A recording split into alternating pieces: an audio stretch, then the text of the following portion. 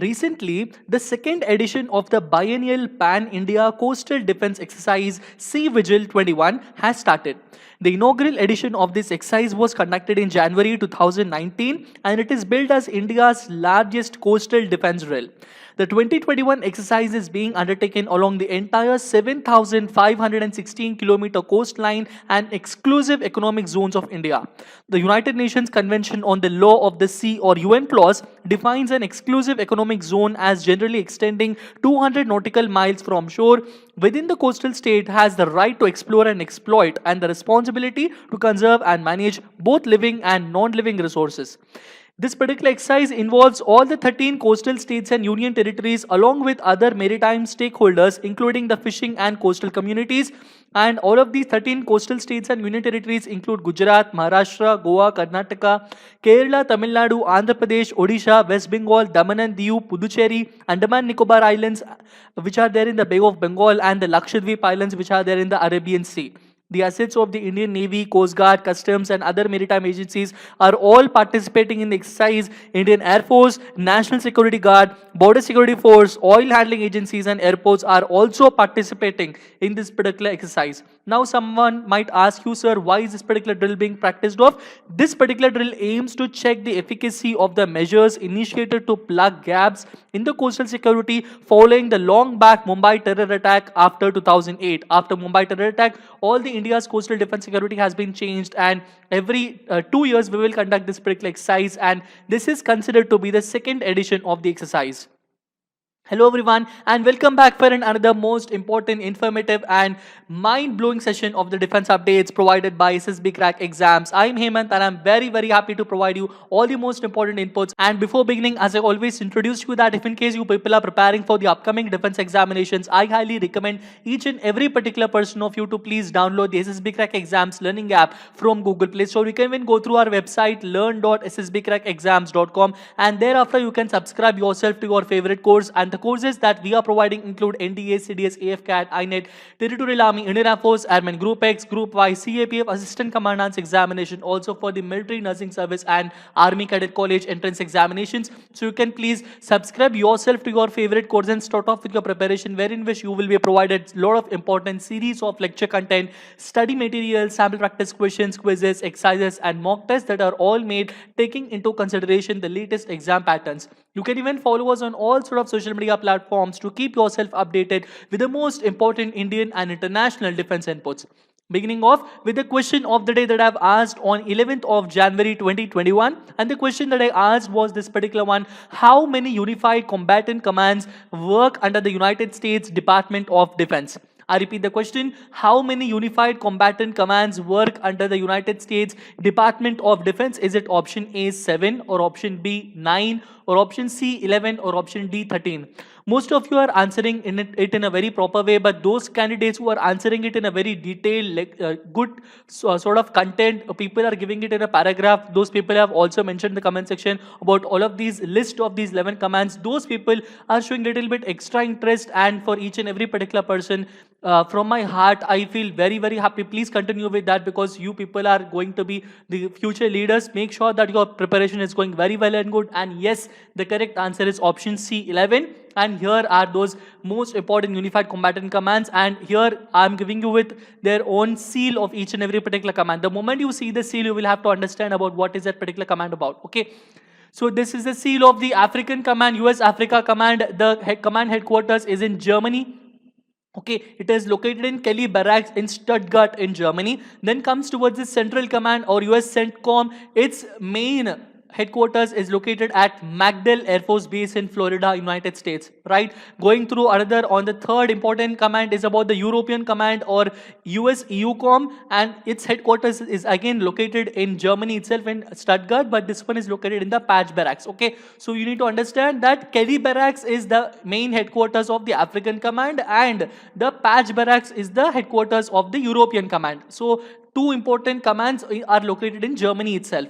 right? They are located in the Stuttgart. Going through with the Indo-Pacific Command, this is the largest command of the United States Department of Defense, we need to understand, and its main headquarters, its command headquarters is located at the Camp HM Smith in Hawaii, okay? Its headquarters is located in the Hawaiian Islands, and a United States naval officer is currently being deployed as the commander-in-chief of this particular command. Going through in detail about the fifth most important command is about the Northern Command and the Southern Command. Both of them have different shapes of their seals. The Northern Command has a circular seal and the Southern Command has this sort of seal. So the Northern Command's headquarters is located in the Peterson Air Force Base in Colorado in United States, and the Southern Command is located in the state of Florida at Doral in United States. Here is a complete geographical understanding about all of these commands. So here are the areas. So this is the area covered by the United States Southern Command. This is the area covered by the Northern Command. All of this area and all of this area, it is covered by the United States Indo-Pacific Command. Here is the European Command, orange one. Then comes in the between you can see the yellow areas and all, that is the United States Central Command. You can see very clearly that Pakistan area comes under the United States Central Command, but the United States Indo-Pacific Command is that particular area where our country comes, and then here comes the United States Africa Command. There is also one more command known as the United States Space Command. This is also known as US Space Com, and it is located, its headquarters is located at the Colorado, United States. Okay, so these 7 are considered to be the geographical commands, sir. Okay, here are all the geographical commands. That means what? All of these commands are based upon their geographical locations. Here I have located each and everything of these. So anything that is happening in the space, that will be taken care of by the United States Space Command. And going through with the other ones, these are known as the functional commands, sir. Okay, the remaining 4 are known as what? The remaining 4 are known as the functional commands. Okay, these are the functional commands. And the 8th command is the Cyber Command, Special Operations Command. Okay, Cyber Command is headquartered at Fort George G. Meade at Maryland, United States, and another one, United States Special Operations Command, is located in the MacDill Air Force Base. Okay, so MacDill Air Force Base has been house of 2 important commands. So what is that particular command? One is the Special Operations Command. Okay, one thing is the Special Operations Command, and the other one is the Central Command. Okay, both Central Command and the Special Operations Command are located at MacDill Air Force Base in Florida. Going through another 2 commands, and the final 2 commands include the Strategic Command, which is headquartered in Nebraska in Offutt Air Force Base, and then comes the Transportation Command of US, that is again located at Scott Air Force Base in Illinois in United States. Okay, these are the 11 most important commands. And why are these very important? So you can see how United States has its own presence and interest, maritime defense interest and all over the country, all over the world, and they are improving it. So we will have to see, and I hope so that soon our country also will prosper together and will move hand in hand in providing proper friendship and proper details and in maintaining the safety and security in all the important strategic parts of the world. Chalo, now let us start off with the first and foremost important defense updates, and the first and foremost one is regarding Indian Navy's Sea Vigil exercise. This is what we were discussing in the introduction, and here I have told that this is the 2nd edition of the biennial one. Biennial means it is conducted once every 2 years, and this is a coastal defense exercise, sir. Okay, after 2008 Mumbai terror attacks, okay, then later on the complete details were completely shifted and the complete coastal security was changed. A new coastal defense plans were taken into consideration and they have been tested. So long back, in 4 years back, this particular exercise was conducted, and then it was declared that this exercise will be conducted once in every 2 years to ensure and to make sure to cover all of those areas where our coastal defense security is considered to be very, very important one.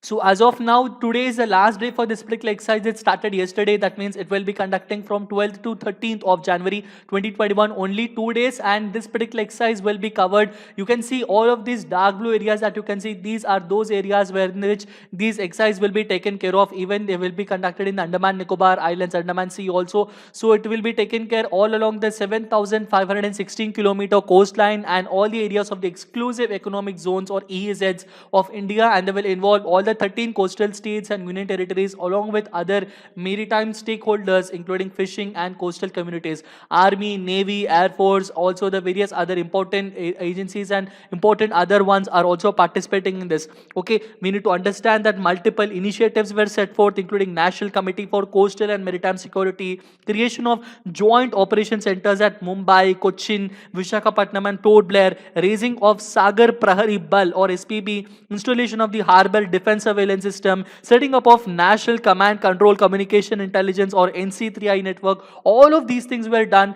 after the 2008 Mumbai terror attacks were taken into account. Then all of these are again being rechecked through this particular exercise known as exercise Sea Vigil 21. Okay, we need to understand all the important authorities that are participating. They include Indian Navy, Coast Guard, Central Industrial Security Force, the DG of the shipping, port trust, private operators, hydrocarbons DGs, other agencies are also participating. Then comes customs immigration, BSF, marine police, all the other areas will all come together and participate in this Sea Vigil 21 coastal security exercise. Along with it, intelligence agencies will also give its own inputs and other important areas and issues.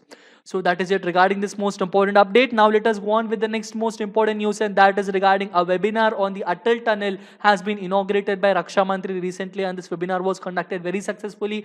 This particular webinar was actually organized by the Border Roads Organization. Atal Tunnel is around 9.02 kilometers long and this is considered to be very famous. But recently we did get some updates that some kind of people are exploiting and they are completely not maintaining the tidiness and the neatness of that particular tunnel. So please, tourists who are going there, make sure that you do not hamper the beauty of that particular tunnel, and various other inputs were also taken into consideration. So this webinar regarding Atal Tunnel was actually happened on 11th of January, and the main aim of this particular webinar is to disseminate the experiences gained on this tunnel for the benefit of IITs, NITs and other technical institutions. Okay, Rajnath Singh ji has also appreciated every engineer of BRO building this 9.02 kilometer engineering marvel despite many technical challenges amid the COVID-19 restrictions were being posed.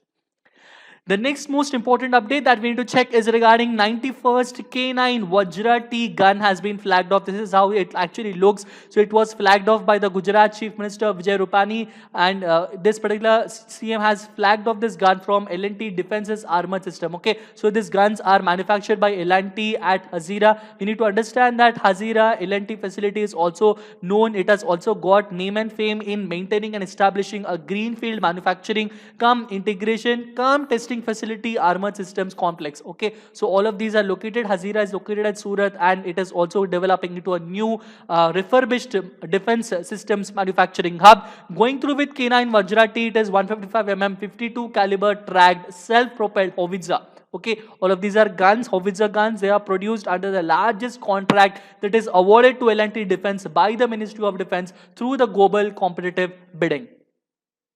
The next update is regarding Kakrapar nuclear plant unit 3 has been synchronized to the grid. So this is considered to be very important update regarding Kakrapar nuclear power plant. This is located in Gujarat, sir, and it is around 700 megawatt pressurized heavy water reactor.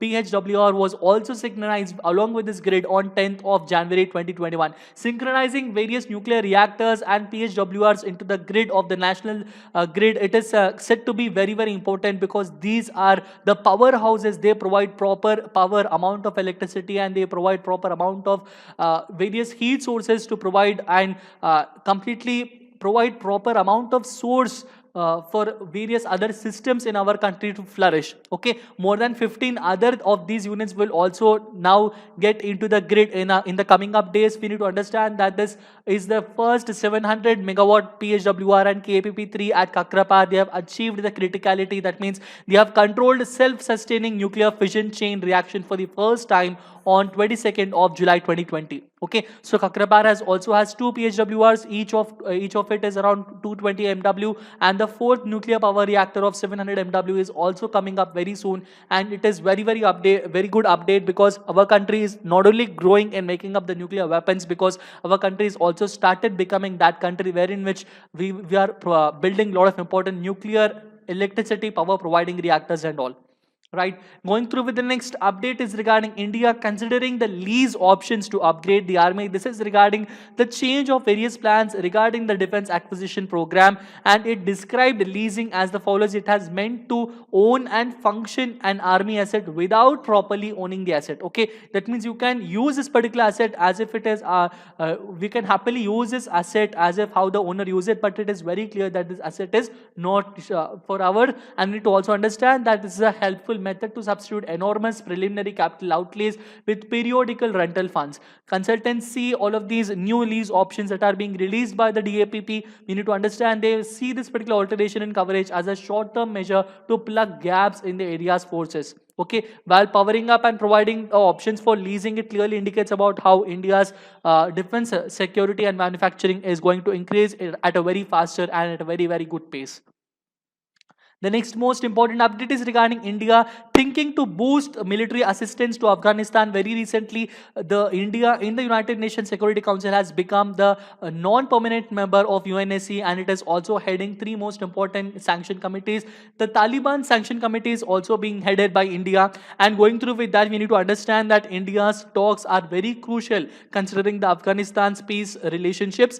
The talks between Afghanistan administration and Taliban, they have resumed in Doha in Qatar, and Afghanistan, they have now actively seek to forge national as well as international consensus on the Taliban peace talks. India has always played a key role in the restoration of the peace and stability in Afghanistan. It is also thinking to provide proper assistance and boost the military assistance in ensuring that Afghanistan does not have any other conflicts wherein which the threats are coming from Pakistan or any other militant groups. Going through with the next most important update is regarding the Aeronautical Development Establishment ADE of the DRDO has now stepped into new decade with planet loads of the plane loads of the critical project of Nirbhai ITCM. ITCM means Indigenous Technology Cruise Missile. Okay, so it is ADE that has actually developed the Nirbhai cruise missile. This is considered to be an indigenously developed cruise missile of our country. So the second test of this Nirbhai missile is being considered, and ADE is also poised to hand over the first full mission simulator FMS for LCA Tejas into IAF.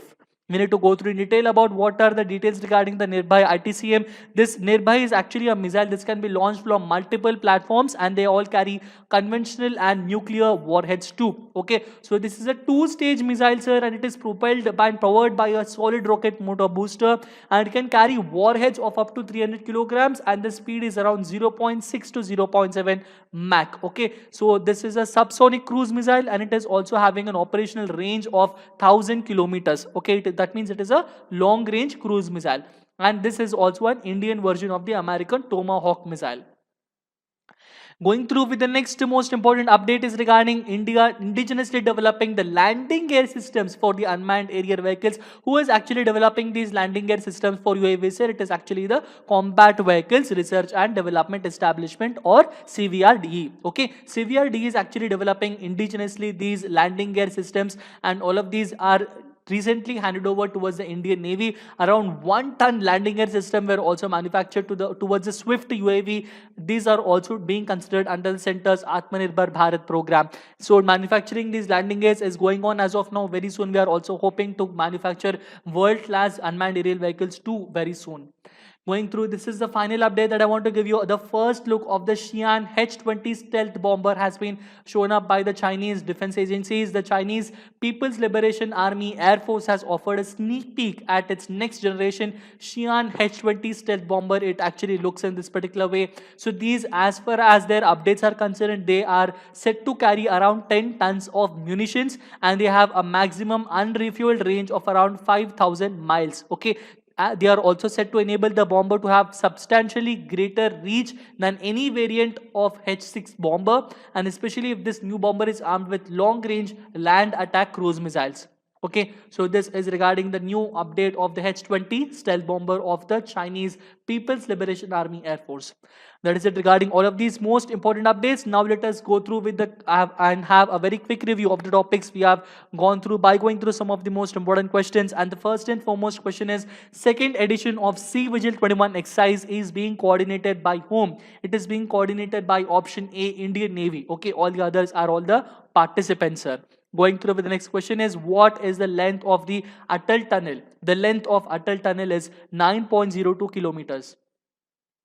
The 91st K9 Vajra T gun was recently flagged off by Gujarat Chief Minister. It is developed by whom? Is it developed by the Bharat Heavy Electronics Limited, Electricals Limited, or Indian Space Research Organization, or Larsen & Toubro, or Defense Research and Development Organization? So K9 Vajra T gun, it is actually developed by the L&T Defense or Larsen & Toubro Defense Company.